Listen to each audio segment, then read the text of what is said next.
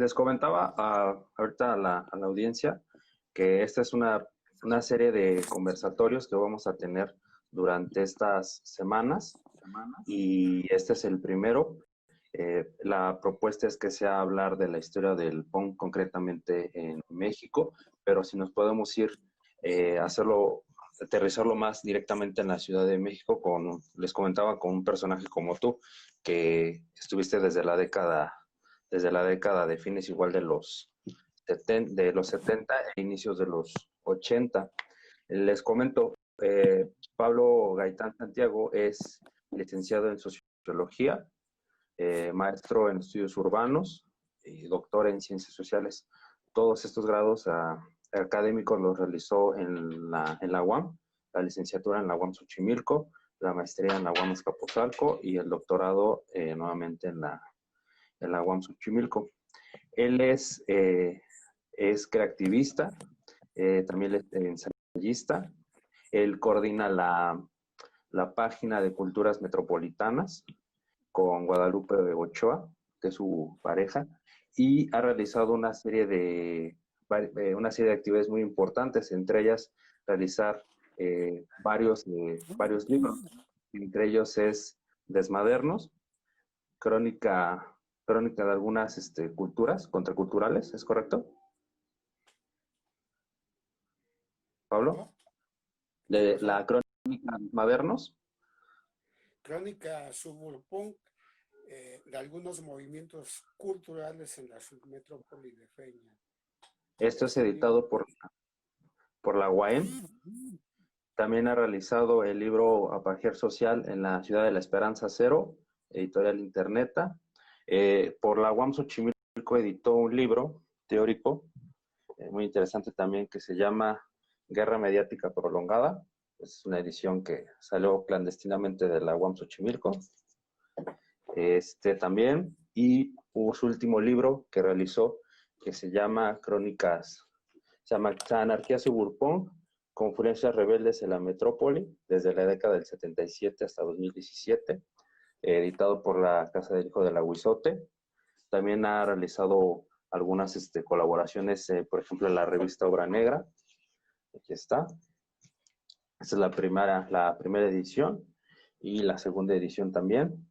También participó en la exposición del Museo del Chopo, La Modernidad Pirateada, donde también presentó las crónicas del movimiento punk en la Ciudad de México y fue también coordinador del evento de Laboratorio Imaginista, donde realizamos también un evento de Sound System en la UAM Xochimilco. Entonces, ¿iniciamos, Pablo? Bueno, yo pensé que ibas a hacer algunas otras Mencione. anotaciones, algún Sí, comentario más. comentario. Bueno, también fue docente en la UAM Xochimilco, en la licenciatura de Sociología. También ha participado con otros colectivos como la Calaca Cultural, con, eh, con Colectivo Caótico de Ciudad Nezahualcóyotl. Y quería empezar con este conversatorio, Pablo, que no nos hablaras, digamos, como la historia en general, ¿no? De la historia del punk en México, sino hablarlo desde primera persona, desde tu perspectiva, desde lo que has vivido desde que llegó.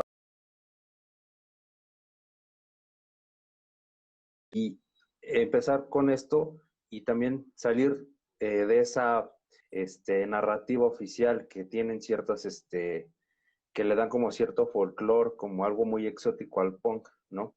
Que anteriormente pues era algo como que se tenía que desterrar a estos grupos juveniles punks, pero ahora ya se ve algo que es ya parte del urbano en la Ciudad de México y aparte también algo que ya se vuelve objeto de mercancía. Sí, recientemente, digamos, algún tiempo, unos 2 o 3 años para acá, en la Ciudad de México, varios individuos, grupos, instituciones han, digamos, comenzado a circular algunas historias como que paralelas o queriendo hablar sobre los movimientos contraculturales suburbanos, pero en realidad lo que observo es que hay una serie de malentendidos y desinformaciones al respecto. ¿A qué me refiero? Me voy a referir inmediatamente a dos películas que están entre la ficción y lo documental. Por una parte, una película que se llama Aquí no es Berlín, donde los autores plantean, digamos, una historia aparentemente nueva de lo que fue la contracultura en la década del 80, y en particular el tema de la emergencia del movimiento LGBTH en la Ciudad de México, y que van tocando el tema, incluso aparece una secuencia de un grupo punk en una colonia del norte de la ciudad. Y por otra parte, otra película reciente, un documental que se llama Aquí no pasa nada. Entonces, son dos películas desde mi perspectiva, desde cierto sector social que es la clase media sateluca de la Ciudad de México, de la metrópoli. Desde mi punto de vista son dos perspectivas, yo le llamaría de chicos departamento, que realmente no están hablando del movimiento contracultural como lo fue en aquella época. Y es sintomático que hablen de que aquí no pasa nada y aquí no es Berlín. Y yo digo, contraria a esas tesis, que aquí pasaba mucho, particularmente desde finales de la década del 70, en las colonias y barrios populares de la Ciudad de México. Hay una publicación que a mí me interesó mucho, aparecida 2 años después del Festival de Avándaro, en donde se plantea cómo de alguna manera pasó los límites impuestos por el festival y por lo que se creía que era la contracultura y el rock urbano en la Ciudad de México. 71 es un parteaguas en el sentido de que las clases medias se retiraron del rock. Dicen que se fueron a la playa, dicen que se prohibió el rock. Para las clases medias sí, para el circuito que se movía, para los jóvenes que se movían en el circuito San Ángel, Coyoacán, Insurgentes, Zona Rosa. No para la banda de los barrios y colonias populares, quienes, digamos, hicimos pervivir, yo lo digo como público, joven proveniente de una colonia popular, hicimos pervivir el rock urbano en los hoyos funky y en las colonias populares.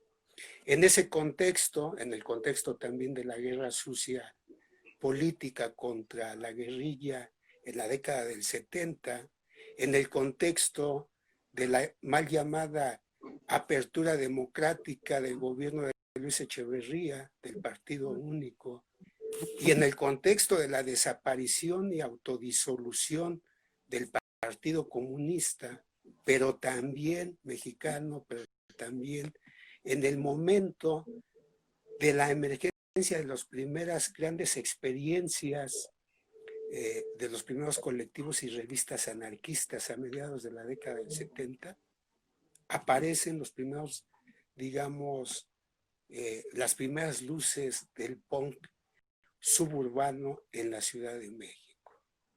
Pasaba demasiado, tal vez entre las clases medias ilustradas no pasaba nada, se sentían reprimidos, pero entre las clases populares, urbanas, suburbanas, estábamos en el contexto de una lucha por el derecho a la vivienda, por el espacio público y por lo tanto por crear nuestras propias manifestaciones culturales, políticas y sociales en ese contexto nacen los primeros grupos en la San Felipe, por ejemplo, como el Rebelde Punk, y otros que comienzan a crear la primera oleada en los barrios y colonias de la Ciudad de México del punk.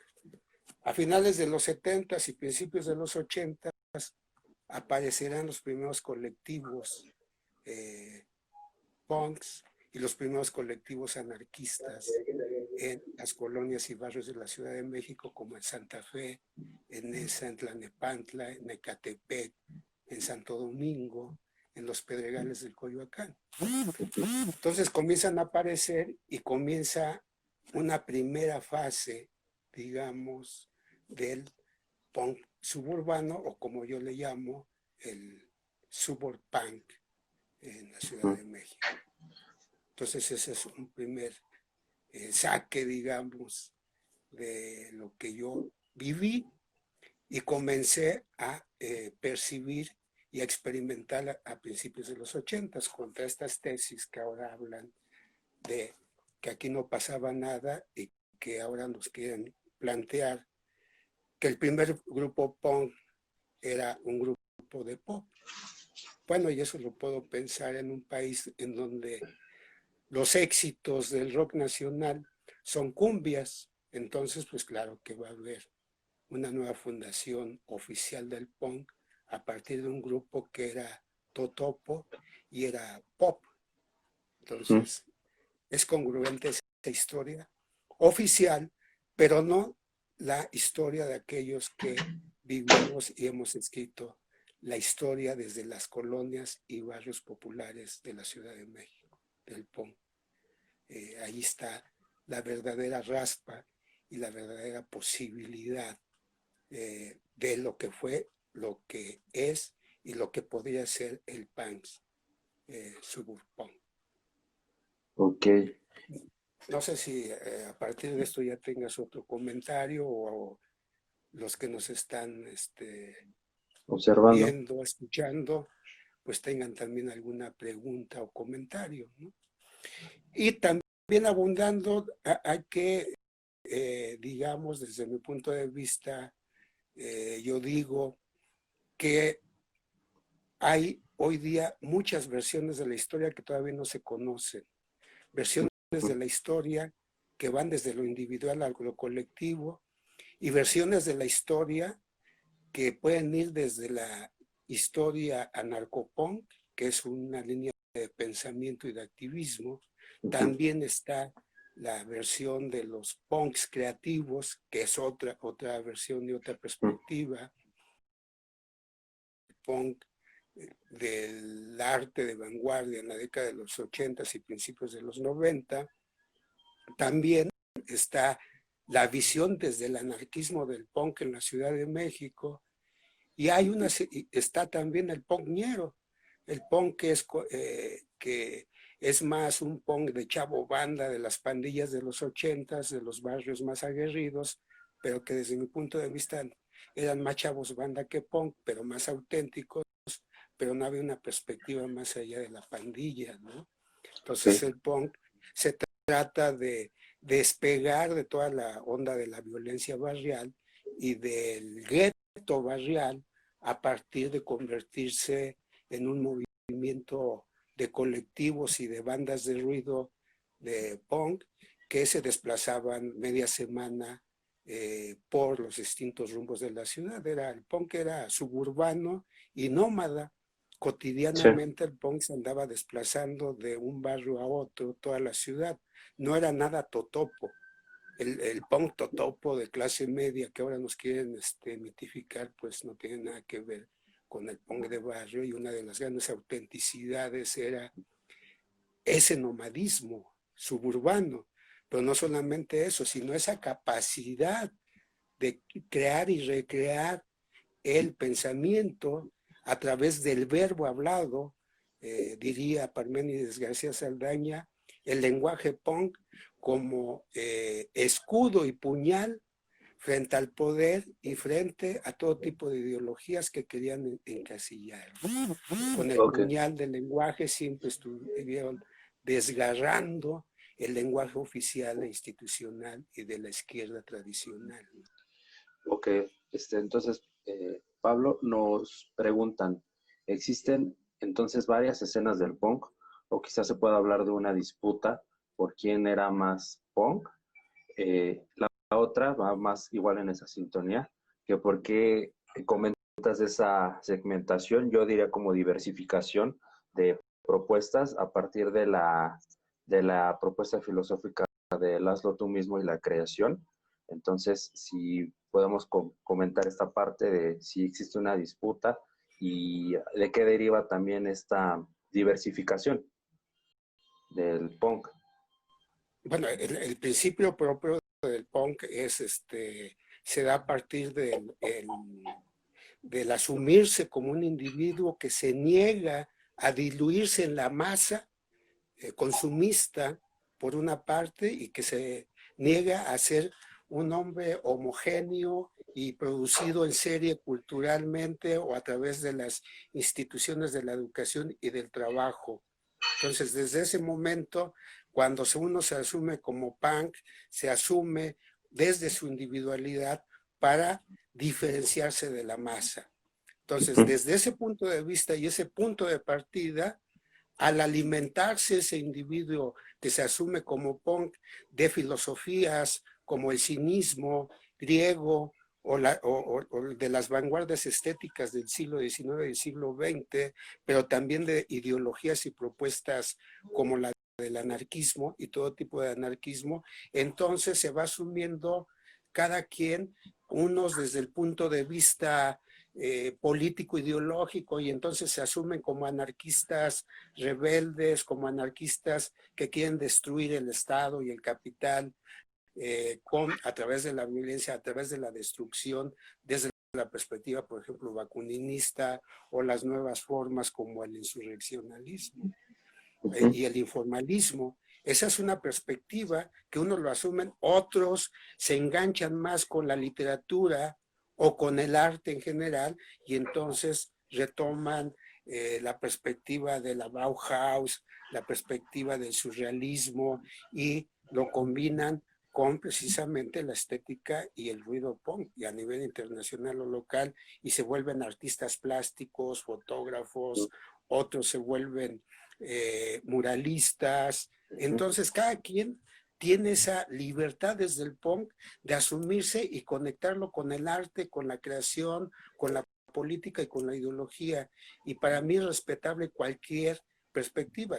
Quien quiera asumir una verdad de lo que debería o de lo que debería o es el punk, entonces está contradiciendo no solamente al punk desde esa perspectiva, ¿no? De asumirse desde tu individualidad, sino también te estás, digamos, siendo incoherente frente a la perspectiva, por ejemplo, anarquista, ¿no? Entonces, si hay anarcopunks que piensan que tienen la verdad y la autenticidad, simplemente están cayendo en las ortodoxias estalinistas o comunistas que no tienen nada que ver con el punk y el anarquismo. Sí, Entonces, sí, te escucho, perdón. entonces digamos, para mí es válida todas las perspectivas mientras respeten la libertad del otro para decir y pensar lo que quieren.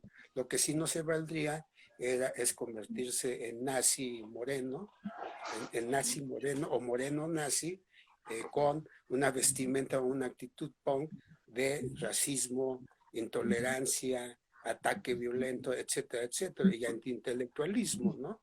Hay corrientes que son netamente antiintelectualistas, ¿no? Que te dicen que no, o sea, que tú eres un intelectual, un estudioso,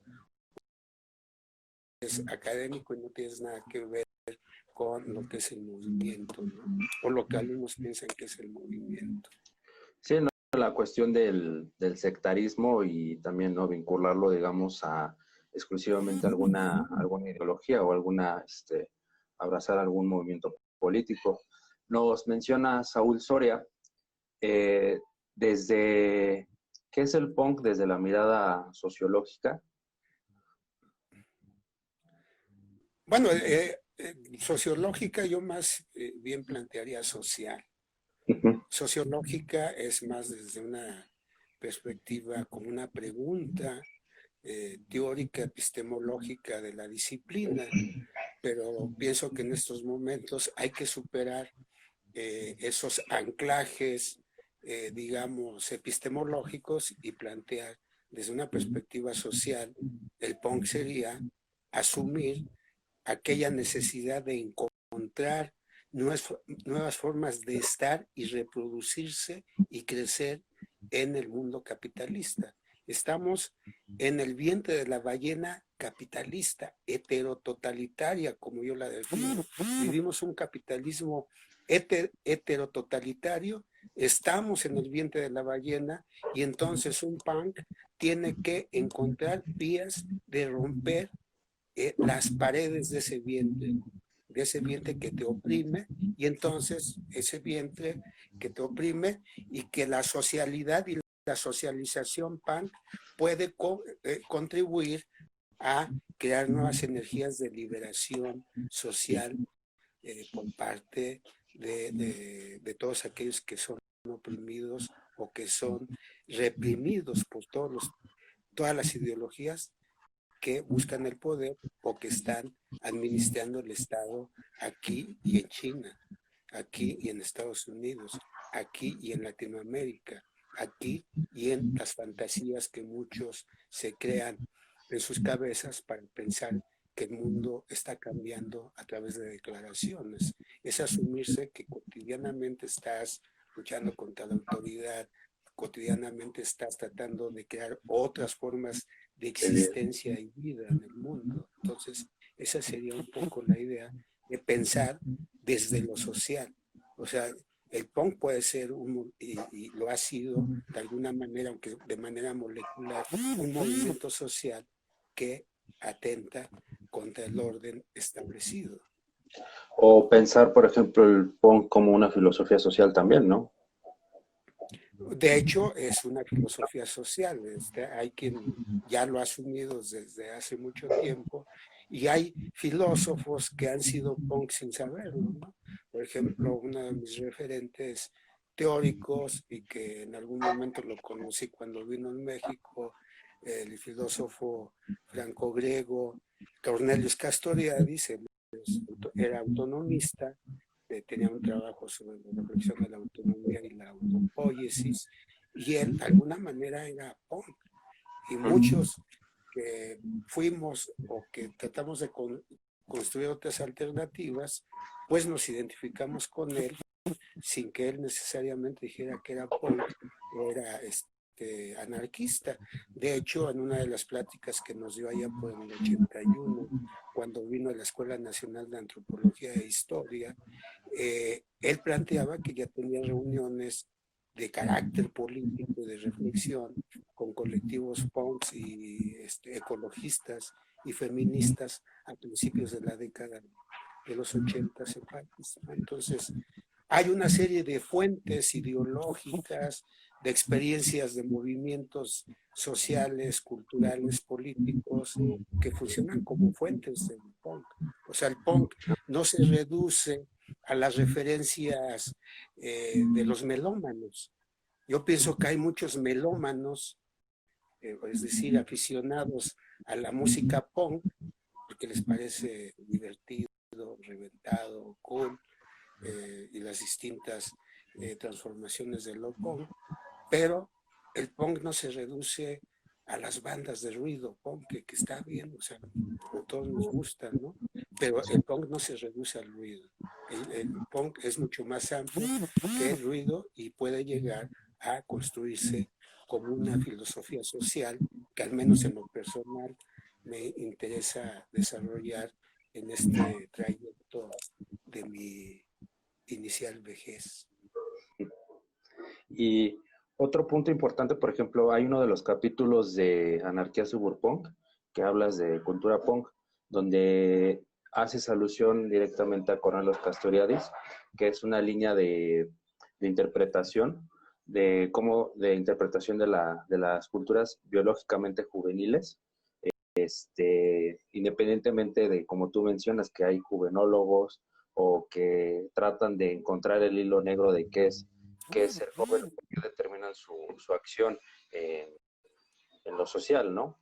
Ese elemento importante. Y otro elemento también interesante que de ruido.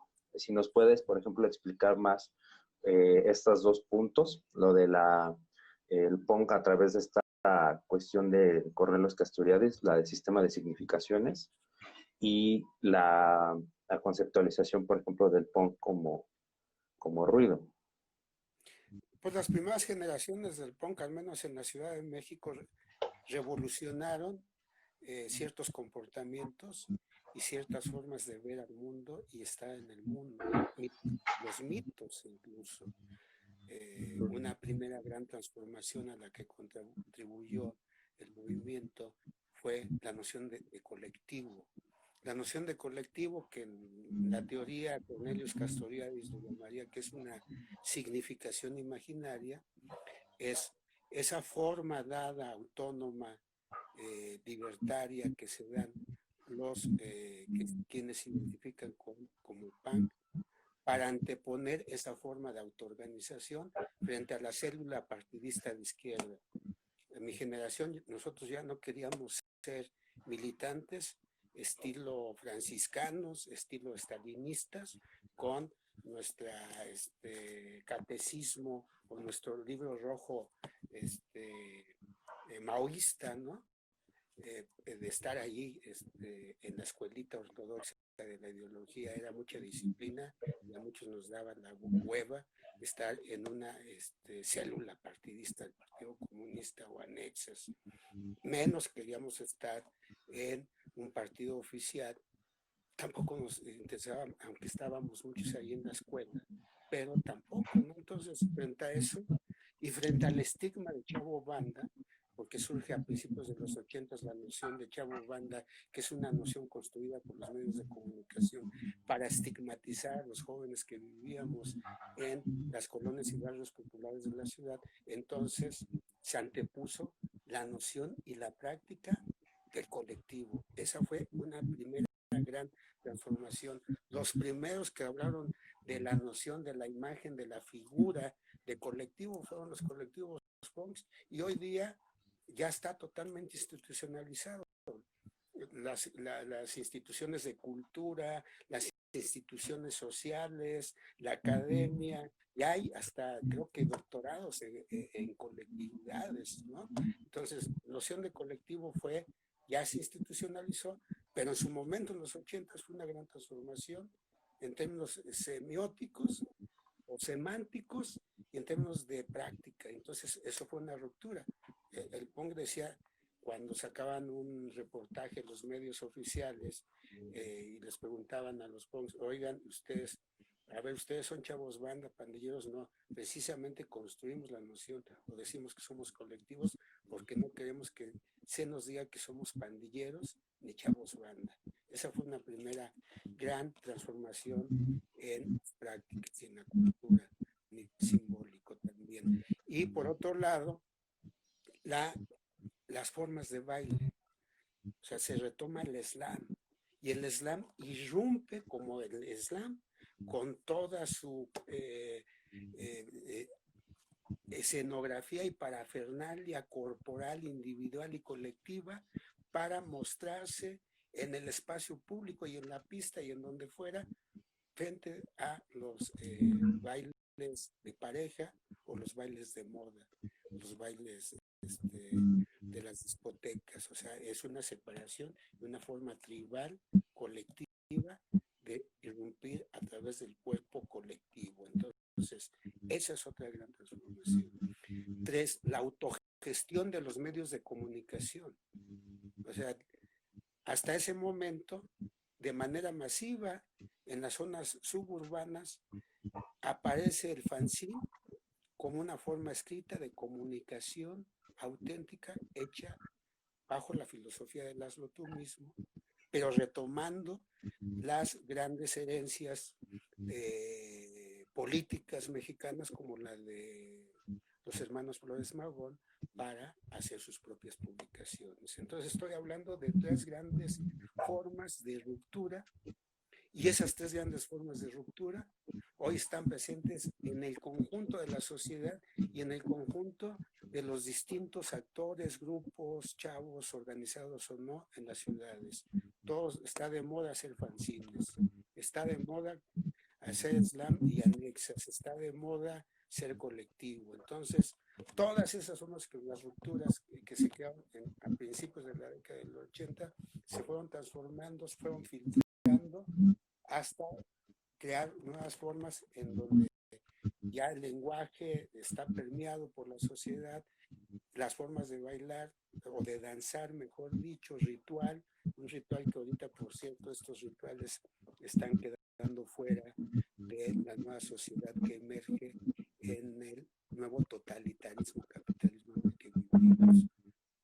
Los jóvenes de hoy, si quieren ser punk, yo digo, pues no puede ser un punk a través de internet, no puede ser un punk a través de revistas electrónicas, no puede ser punk a través de bailar en línea, sino salir al espacio público, reconquistar el espacio público, hacer otra vez tus revistas cara a cara, ser nómadas en la ciudad, recorrerla, cruzarla, etcétera, etcétera.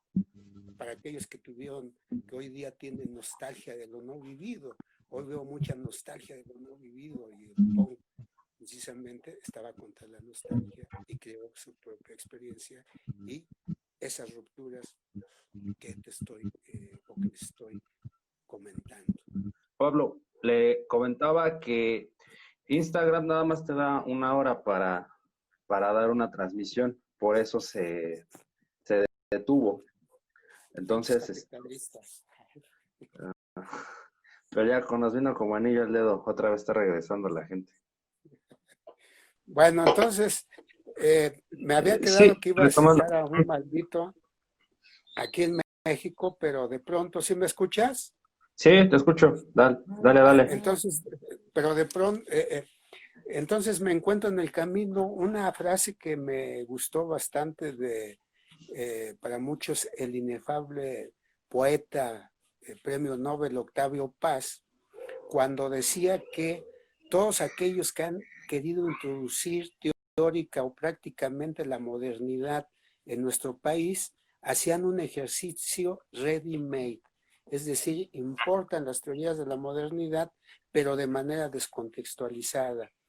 Entre estos dos referencias, entre la de Cermeño y la de Paz, comienzo a hacer toda una investigación hasta que logro acuñar la noción de desmodernidad, que sería como la forma propia de resistencia frente a la modernidad y frente a la posmodernidad por parte de las clases metropolitanas y populares de la Ciudad de México.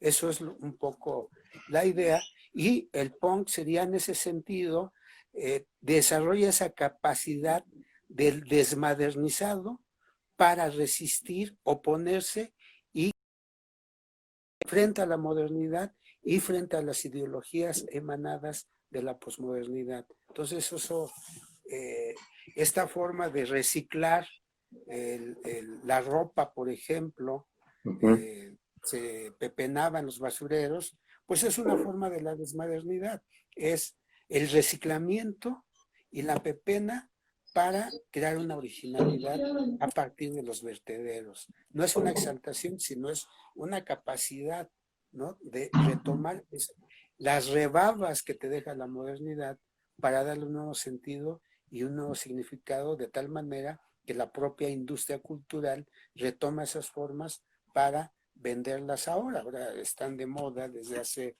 muchos años los pantalones desgarrados, ¿no? Entonces, pero vas y compras un pantalón desgarrado en los centros comerciales a X cantidad, pero eso fue una gran aportación del movimiento punk, al menos aquí en la Ciudad de México. Utilizar de otra manera las tecnologías de baja resolución, es decir, las grabaciones de videocassettes y las grabaciones de los últimos discos de 45 revoluciones por minuto. Esos son actos creativos propios de la desmodernidad que solamente algunos grupos sociales o sectores son capaces de hacerlo. Hoy día, en medio de la pandemia, sí hay muchos actos de desmadernos, ¿no?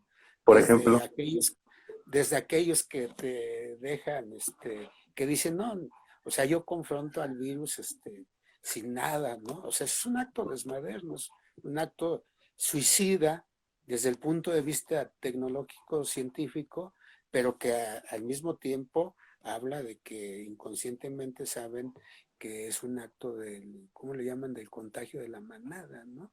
Entonces, eh, ujú, así lo toman, ¿no? Esas son prácticas, pero también todas las formas de clandestinidad en términos de comercio y de operación laboral que han surgido en estos 3 o 4 meses en el contexto de la pandemia. Esos son actos de la desmodernidad que no tiene que ver con lo que muchos persinados académicos siempre me decían, es que inmediatamente me trae una resonancia de desmadre, ¿no?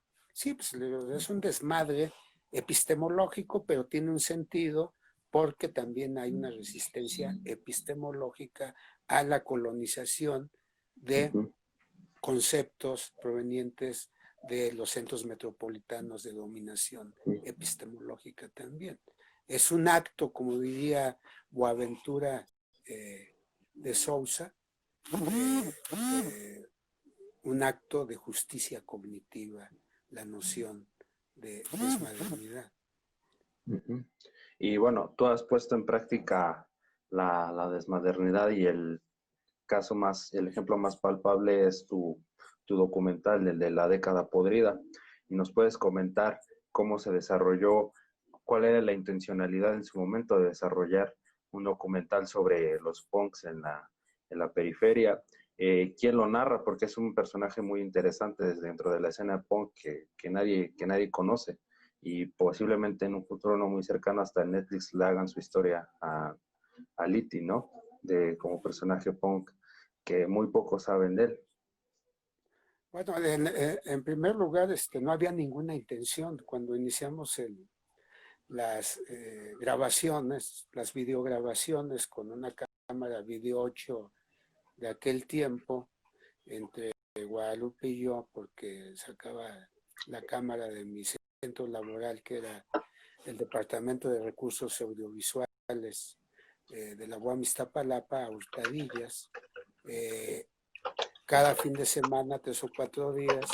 Entonces, era simplemente como un acto de registro, nada más, no había una intención más allá, ni estábamos estudiando comunicación, ni cine, ni éramos individua que veníamos de fuera, sino que ya estábamos formando parte de eso que llaman lo punk en ese momento, y entonces comenzamos a videograbar y a acumular material y aprendiendo a tomar la cámara y aprendiendo el lenguaje sobre la práctica.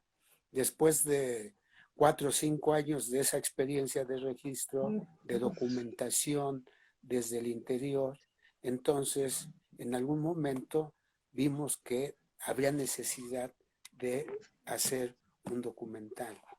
Y entonces lo comenzamos a hacer de manera colectiva.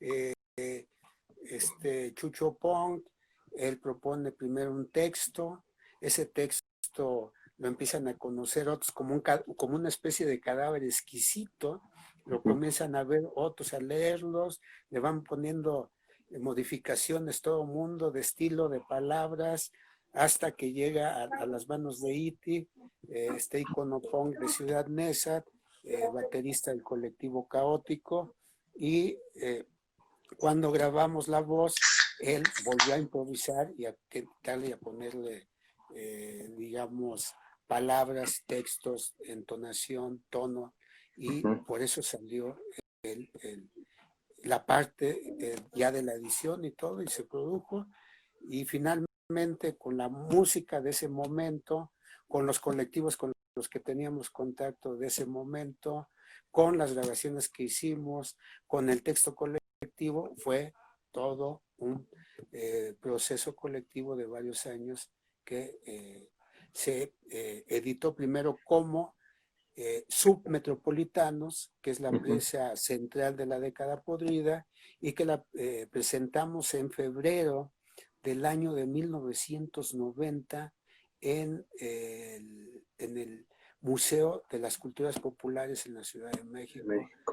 Cuando llegan al estreno los colectivos, entre otros los más, los que se veían más malos, más de la época, que eran la banda del Confitón de Tlayacapa, de allá de la zona de los basureros en Santa Fe, pues todo el mundo dijo, ¿qué es esto? ¿No? Entonces llegaron los colectivos de Mesa, de Santa Fe, de Catepec, de la Sanfe, y fue todo una experiencia en todos los sentidos, y en donde la propia banda en ese momento se reconoció. Nunca falta el disonante que dice que esa no es lo que se hace, pero después de que 90, después de 30 años, estarían cumpliendo este año 30 años esa pieza. Creo que tiene su lugar en la historia, porque me he encontrado a jóvenes que tienen 18, 20 años y me dicen que les transformó su visión del mundo. El mundo de su papá lo desmitifican, y me han invitado a Filosofía y Letras, a la Escuela de Artes Plásticas, al CENAR, donde les ha dado por presentar estas cosas, y de pronto se me acercan chavos que me dicen estas cosas y me parece importantísimo, ¿no?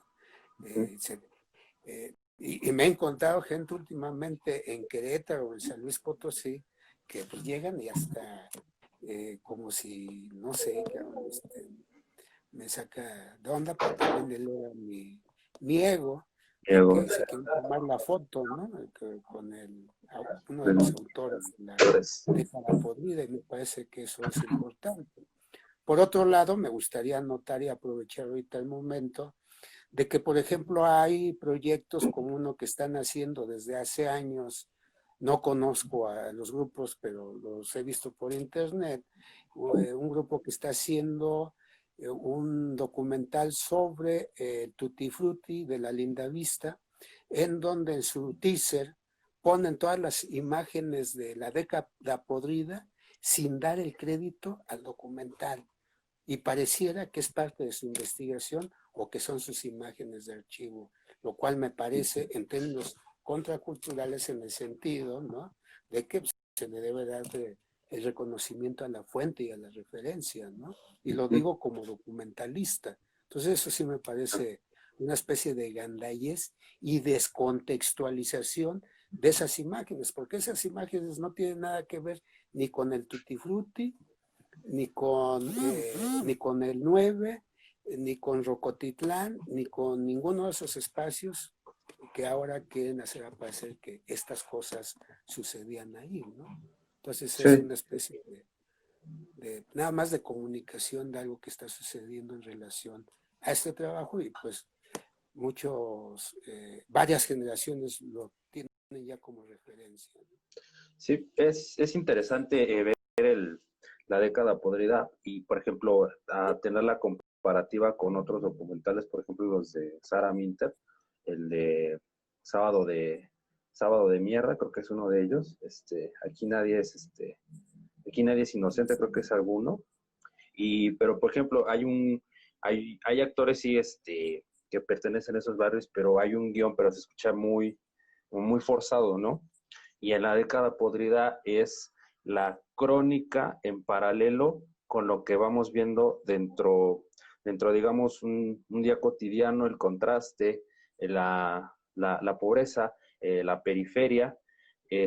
Hay una de las escenas que me inquieta muchísimo, es como tú vas con la cámara, está atascado el camión, van a un toquín, y en medio de todo eso, o sea, no dejas de grabar, ¿no? O sea, no dejas de grabar, y, o sea, eso es, sí, impresionante.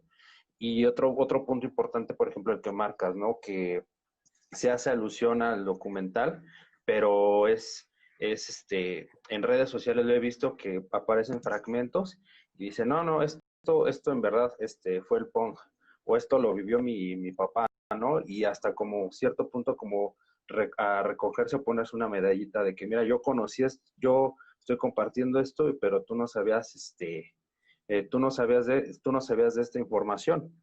Y en paralelo, pues también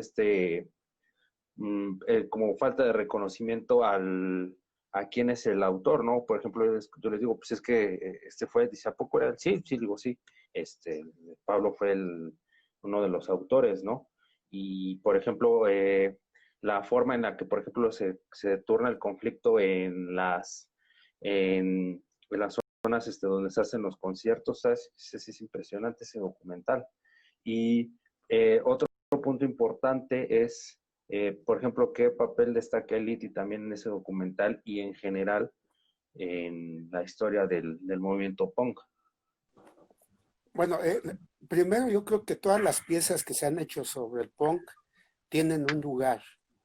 Yo comenzaba mi intervención hoy día hablando de que todas las historias son importantes, tienen su valor, pero también tienen un lugar. Desde mi punto de vista ya como documentalista, yo identifico que hay dos grandes tipos de piezas, como dicen en el mundo de la crítica documental en este caso. Hay dos tipos de piezas que son importantes, o sea, es colocarlas en su categoría y en su lugar. Por un lado están las piezas hechas por cineastas y por estudiantes de comunicación. Sábado de Mierda es una película es una tesis de un cineasta de nombre Gregorio Rocha, que tenía que hacer su trabajo, él tuvo sus motivos, fue y puso a actuar a una banda muy en particular, a los Mierdas Punk de Ciudad Neza. Él nada más habla del caso de los Mierdas Punk de Ciudad Neza, ni siquiera de todo Ciudad Neza.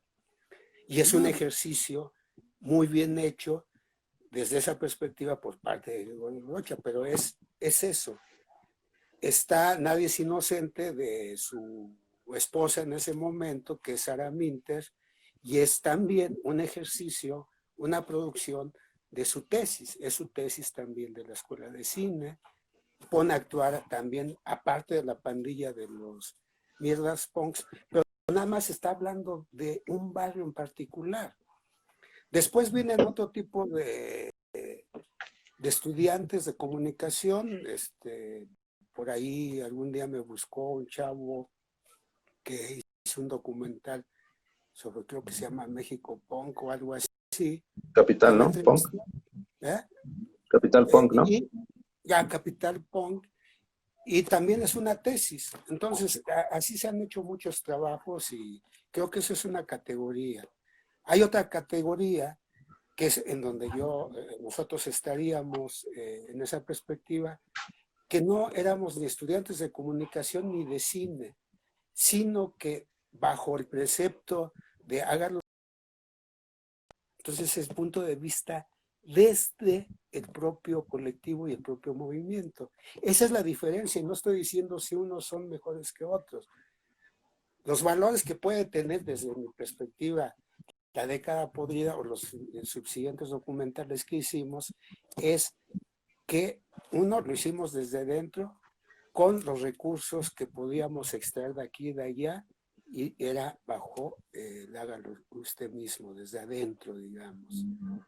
Y lo otro es que solamente la historia es la que les da. Nosotros nunca le hemos hecho publicidad, nunca ganamos premios ni nos interesó, no hicimos para ni hacer una tesis, ni irnos hasta un festival y ganar algún premio, no, lo hicimos porque lo teníamos que hacer como parte y que era nuestra creación colectiva, nada más. Entonces, han surgido otros como el de un cuate que me buscó también, de Ruin Andrade, que hizo a partir de una pregunta que se llama, ¿para ti qué es el punk? Entonces me parece también un esfuerzo bien porque él lo hace desde también con sus recursos, tiene su editorial y me parece que es un ejercicio también en donde le da la voz a distintas generaciones. Lo que sí no me parece es que, por ejemplo, hay quienes tratan de borrar de la historia alguna de estas piezas. O sea, yo no, o sea, yo, si se trata de eso, yo los reconozco, todos tenemos nuestro lugar y las propias generaciones, los propios punk le dan, no es una competencia, pero hay quien sí se clava en esa competencia. Ahora, como producto de todo esto, entre otras cosas, tuvimos un gran vínculo y trabajo productivo, cultural, contracultural, con el ITI, con el colectivo caótico en general. Seguramente ahorita espero que esté escuchándonos y viéndonos el radio, el guitarrista y coautor de las rolas junto con el ITI. Hicimos varios proyectos, varios documentales y una ficción sobre los grupos culturales y situaciones de vida de la banda en Ciudad Mesa. Eh, y uno de los grandes creativos de estos proyectos era precisamente Iti. Iti era filósofo social, Iti era baterista, era letrista o coletrista de las letras del colectivo caótico, era un tipo nómada que verdaderamente se negó a trabajar. O sea, él nunca estuvo en un trabajo asalariado. Cuando decidió salirse del CCH, se salió y no volvió, pero era un gran lector y era un gran informador y contrainformador todos los días, todo el tiempo. Y como pasa con muchos, él murió en la calle.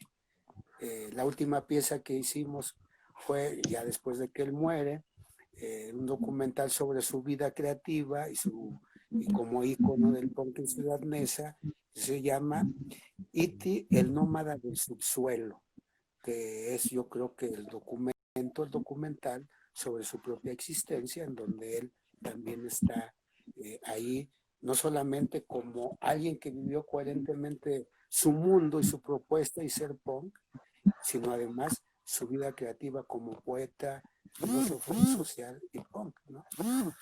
O sea, hasta allí con él, por ejemplo, se siguió toda una trayectoria de creatividad, igual que con Chucho Punk del SS20, con el cual hicimos toda una propuesta que le llamamos Pánico, que era hacer teatro, performance, espectáculo multimedia, y que se logró crear un colectivo multidisciplinario entre el 89 y el 91, ¿no? Una experiencia que, por ejemplo, muchos no conocen, pero que Sí. podemos, por ejemplo, citar gentes que después se volvieron famosas como la Margules, que vio los shows de Cadáveres y a lo mejor aprendió o no algo ahí de todos esos experimentos que hacíamos en las calles. No lo hacemos en teatros ni en auditorios, se hacía en las calles. Entonces, estos son dos ejemplos de los saltos que tuvimos a nivel estético y a nivel de la creatividad, que no solamente se quedó en ir, ver y hacer tu tesis y te vas, no, nosotros consideramos que sí tuvimos esa parte de nuestra experiencia, de nuestra vida, y ahí están los productos firmados por internet, o sea, por Guadalupe Ochoa y por mí. Sí, entonces, pero por lo que comentas, entonces partió de una necesidad como ¿En colectivo. dónde se puede ver el documental? Lo pueden ver, mi documental está en YouTube y en particular en la página culturasmetropolitanas.org, y ahí pueden encontrar otros documentales parecidos o que van en la línea. ¿Sí? Sí, comentabas, pero entonces hacer el documental partió de una necesidad como colectivo de, sí, demostrar, digamos, digamos otra faceta u otra interpretación. Como te comentaba, me inquieta mucho la crónica que va desarrollando, la crítica a las clases medias, a la estética de otros grupos sociales, por ejemplo, también a otros grupos políticos, el contraste en cómo se van movilizando a través del transporte público, a través del metro. Entonces es toda una experiencia visual ver el documental de la década podrida. Saúl Soria pregunta, ¿qué grupos de punk son los que más le gusta a usted en todos los sentidos? Bueno, para mí hay el primer grupo así punk que me gustó en México fue un grupo que se llamaba Crimen Social. Crimen Social, el gritante era el hoy famoso Ganso y el bajista era el Chucho. Entonces ese fue el primero. Después en la evolución me late cómo expresa sus ideas y su sincronía a Masacre 68, pero del lado contrario estaba el SS-20 y por supuesto Cadáveres y el Escuates, el colectivo caótico, que reúnen reflexión, postura, filosofía y apropiación original de los distintos ruidos que provienen del mundo. A tal grado ha llegado el trabajo del colectivo que no ha sido muy reconocido, que bandas como Hocico, que hoy es un grupo con un gran punch en Alemania en particular, y que no es punk, sino no sé si podría llamarse la música experimental electrónica, y recibió mucha influencia de Elite y de Radio, toda su propuesta de filosofía, ¿no? Social y musical. Entonces, para mí esos son, también me parece que muy importantes edición y la merma de allá. Se me fue la ciudad de la merma, ahorita recuerdo. Okay. Pero son algunas de las bandas referencias que me impactaron en su tiempo, ¿no?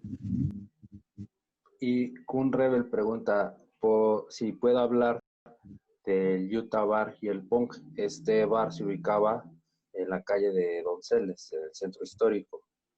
Si pregunta, por ejemplo, como esa relación que puede haber entre el género y este establecimiento. ¿De cuál? El Utah Bar, que se menciona que está en la calle de Donceles. Sí, pues son espacios, grupos, colectivos, proyectos anarcoempresariales derivados del movimiento anarcopunk en particular en la década del 90, que es la segunda generación punk anarquista en la Ciudad de México.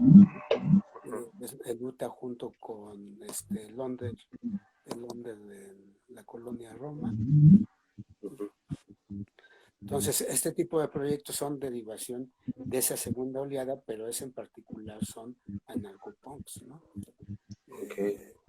Por ahí hablan del movimiento punk en Tijuana. Bueno, Tijuana es uno de los epicentros del punk en México, ¿no? Y no es nada gratuito porque, como ellos dicen, es la esquina del mundo, Tijuana, ¿no? Pues allí iban a tocar Yellow Biafra, las Plasmatics, o sea, todas las bandas de la época de finales de los 70, principios de los 80 hasta los 90, ahí tocaron, y no es por nada también que ahí haya nacido una de las bandas también trascendentales, ¿no? Que es Solución Mortal. Y también de allí nacieron dos colectivos fundacionales de lo punk en México, Juventud Consciente y Virus, que tenían un contacto mundial muy bueno a mediados de los 80. De hecho yo los invité en 1985 a estos dos colectivos punks a la Ciudad de México en un encuentro que hice en la Guamas Capos, en una publicación sale el texto del Bones, que tenía un fanzine que se llamaba El Suburbano. Cuando llega al Museo del Chopo, el Bones llega con un tambache como de 200 fanzines que se le acaban en media hora. Entonces eran fanzines polacos, colombianos, españoles, norteamericanos, etcétera, etcétera. Entonces, encima, en abril de 1985, cuando este colectivo iba con todos sus fanzines y cassettes, carteles, y los sacaba, todo el mundo se copiaba todo ese material inédito que no conocían en ese momento. Fue para mí uno de los momentos verdaderamente como de ruptura por ese tipo de contactos y experiencias, ¿no? Por eso, ahorita que vi esto sobre Tijuana, me pareció interesante con estos datos. Y hay mucha tela que cortar en relación a en términos de la relación Tijuana-Ciudad de México.